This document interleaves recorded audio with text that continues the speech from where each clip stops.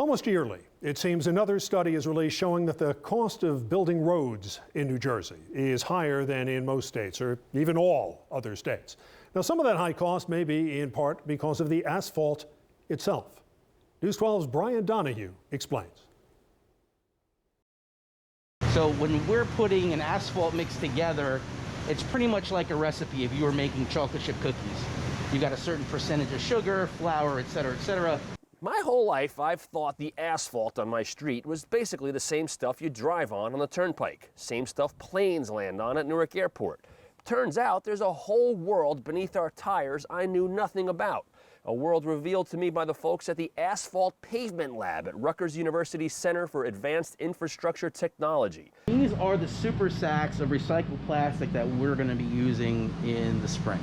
So this plastic will eventually go into a road. You see, every road, runway, or parking lot requires a different asphalt recipe, depending on a bunch of factors, from the weather and traffic levels to what's underneath it. The researchers here spend their days trying to come up with that perfect recipe for each place, from Route 46 to the Atlantic City Expressway to our airport runways.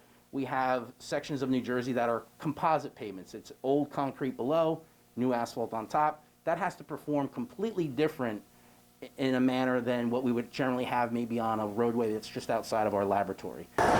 Pavement Lab researchers don't just pound the pavement, they subject it to heat, cold. These materials in here will actually be cooled down to almost minus 40 degrees Celsius.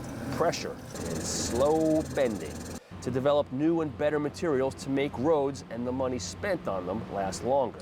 You're baking pavement in there. We call it fresh money. baked pavement. We call that the smell of money. The place is like a museum of asphalt samples from roads and runways and parking lots all over the East Coast. This core sample comes from a runway at BWI Airport near Washington, D.C. This one's from Route 36 in Monmouth County. It tells the story of the last half century of my life and maybe some of yours. This is the road my grandparents took to the beach. Yep. This is the road I took to the beach When you were a young in the 80s, yep. Going surfing in 1985.